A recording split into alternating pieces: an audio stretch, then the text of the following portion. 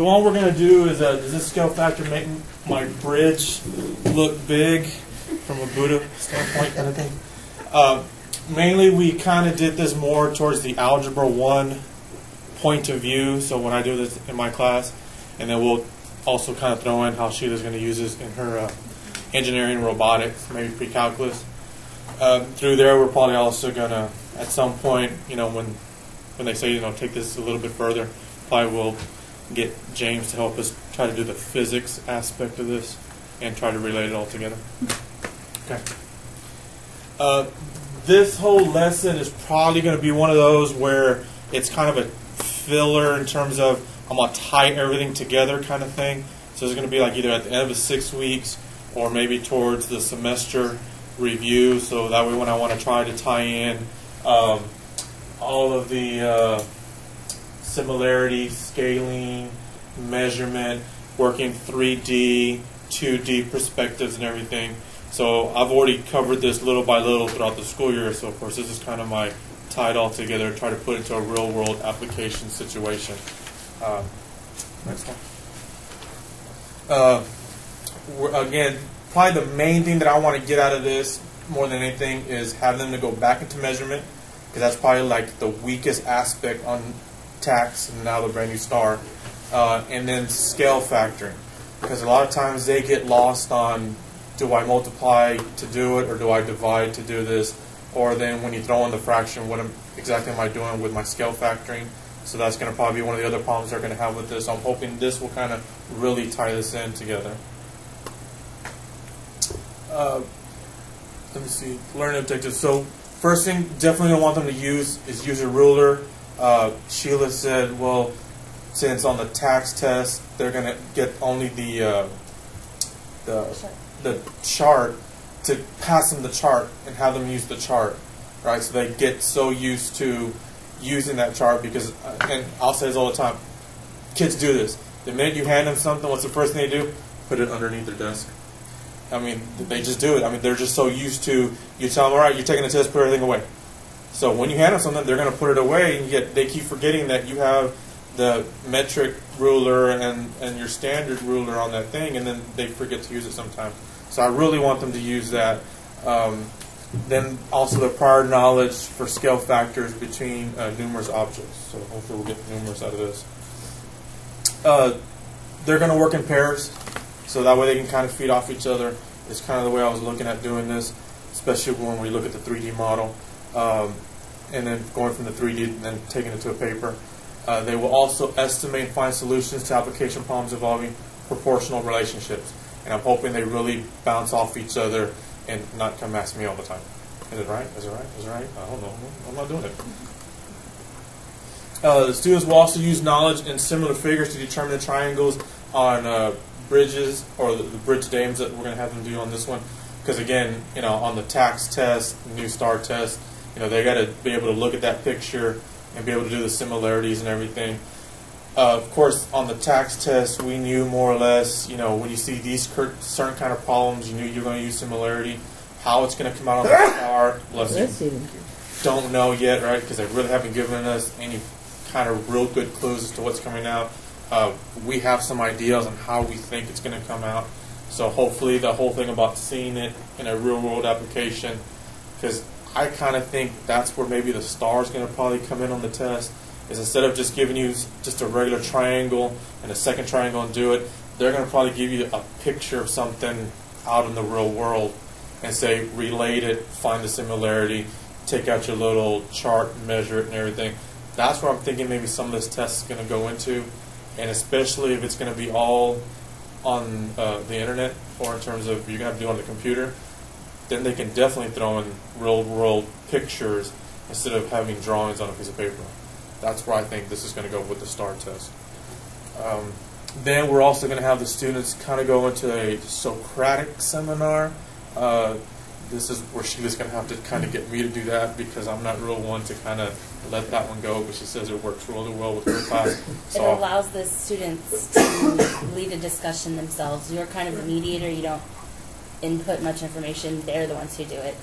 So it really getting them to talk to each other about And I'm so bad about jumping in and jumping in and jumping in, and she's like, Really? get off the side. I know, right? You would have never thought, right? It just happens.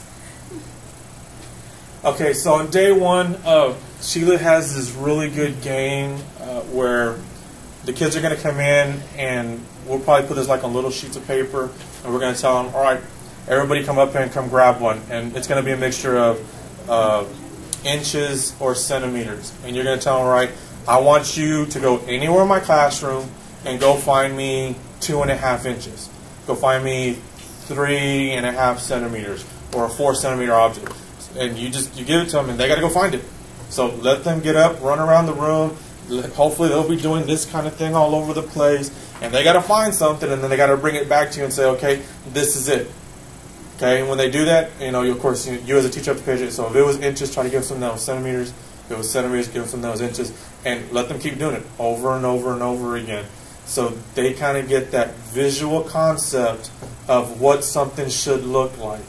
So they're not going, is it really 2 inches? Well, hey, you've done all this stuff. So that's going to be on day one is kind of a scavenger hunt like that. And then the other thing is about scale factoring, kind of going into, sorry, I'm not used to that one. Doing scale factors, and Sheila got this real nice video about scale factoring.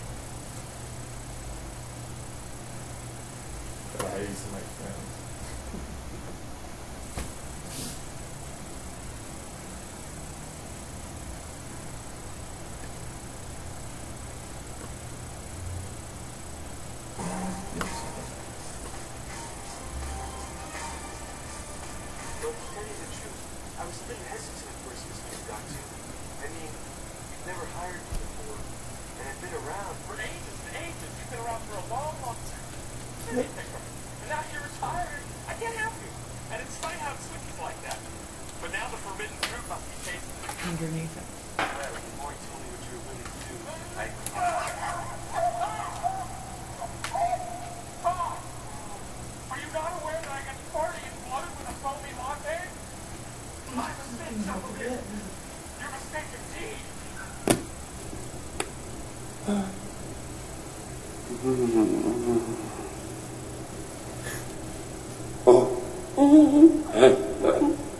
Yes, Derek.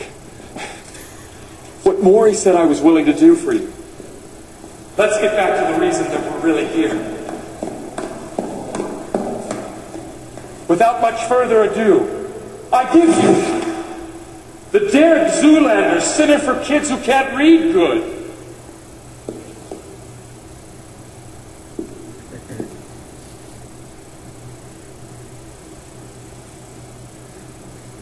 What is this? A center for ants? What?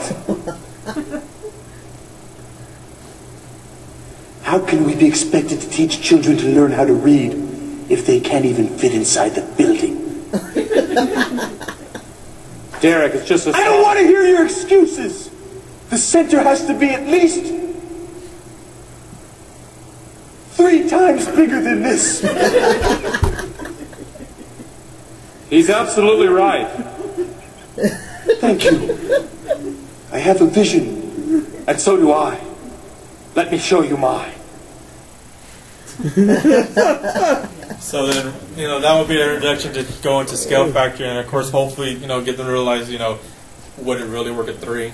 Do we need to go a little bit smaller? Because they'll probably go, no, go smaller. I mean, I can imagine my kids. They'll say, no, go smaller. So hopefully they got to realize that, scale factoring, large, small, which way do you want to go with this? So that'll be day one in terms of the discussion and everything. On day 2, that's where I'm kind of hoping to put this puppy into effect. All right.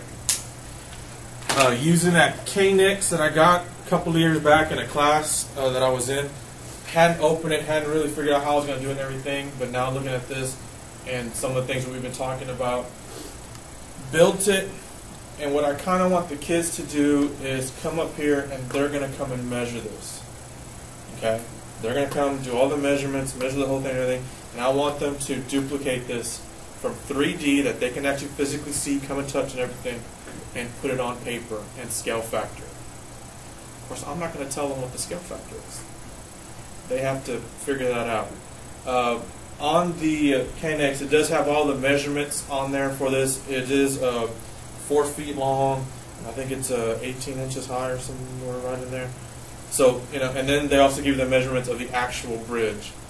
But I want them to take this and take it down on paper. And of course, I'm not going to say anything. Now, I'm going to have probably some butcher paper off to the side because I know I want to get that one kid who's going to come and say, can I just like draw it like actual size? And the one kid that tells me that, I'll just hand him the butcher paper. Don't say anything. Kind of let him go off to the side, let him do that because that's probably going to be your actual engineer. That's probably the one that will actually schematic out and everything, the whole 9 yards usually. So hopefully, when you get those kids in an Algebra 1 class, you might say, hey, you might want to consider trying to go into the engineering track, and then we can kind of point them in that direction kind of thing and give them options that they can do. So again, using their scale factors, they'll have to figure out, and then again, you're going back to, do I have to multiply it? Do I have to divide it? How am I going to have to work through that and everything? And I'm expecting that this is probably going to go 2 days. So they're going to sit there and everything, let them do it, play with it, see how, give them tons of paper because I'm pretty sure they're going to go through over and over again.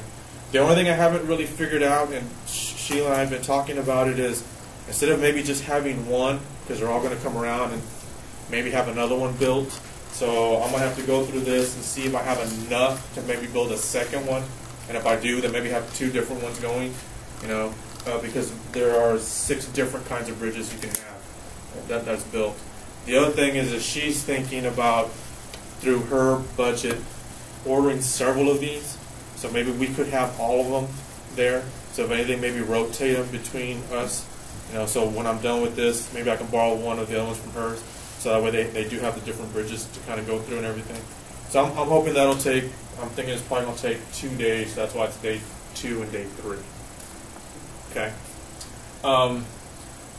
Day 4, the properties of similar triangles. So then after we've talked about it, we've scaled it and everything, we're talking about that. Then I kind of want them to go back and start looking at, okay, it creates a triangle. Then you got a second triangle, a third, a fourth, a fifth. So now start going into similarities. Right, do your proportions, because again, you see that on the tax test, and it's the whole thing of, yes, it's just a triangle, but how do how are we probably going to see this on the new STAR test? Because again, since I've got the Algebra 1 kids, we don't know what we're walking into, and then don't know if we're going to do this on paper or if we're going to have to do this online. And like I said, I'm thinking that if it's online, instead of getting just a regular picture, they're going to get a picture of something out in the real world, and they're going to have to adjust it to the question, whatever the STAR question is going to be. So they're going to do that, and of course related to the Dames Bridge that's out there. Then this is a video that I found. Also, Joe also just happened to have it already ready to go. This happened in 1940. Tacoma Narrows Bridge. The funny thing about this, it took right around 1.5 years to build, right, to get across the river. It was open to the public for 4 months, and then you see what happens.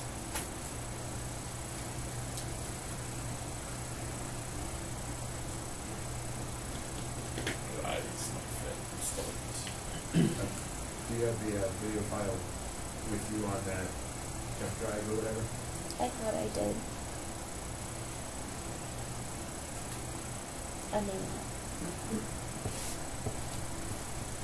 You can probably go straight to YouTube and get it on YouTube.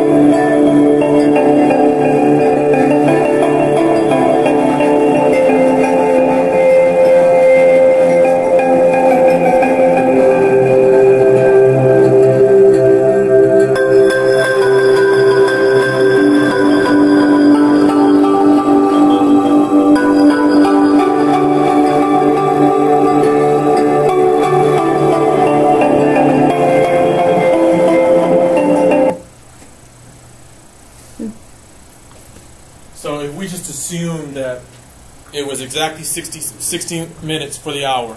So that's 3,600 seconds that this thing is constantly moving. If we allow that it's a constant 5-second oscillation, that means that was 720. That was 720 separate rotations before it finally collapsed, if we use that as the parameter for that. So, Did they say what made it collapse? It did, and of course, obviously, what's going to be the first thing you're going to think of? That it was done by a earthquake. But then again, if you think about it, you're in southern Washington. There's not really that many earthquakes over there. But if you remember 1980s, then we had a volcano that erupted, and it wasn't that either. Wind, 40 miles an hour. I mean, we have stronger than that out here, right? You know, and all it took was 40 miles an hour. So, for like in Sheila's case, where she's doing the robotics and engineering, then we would have to get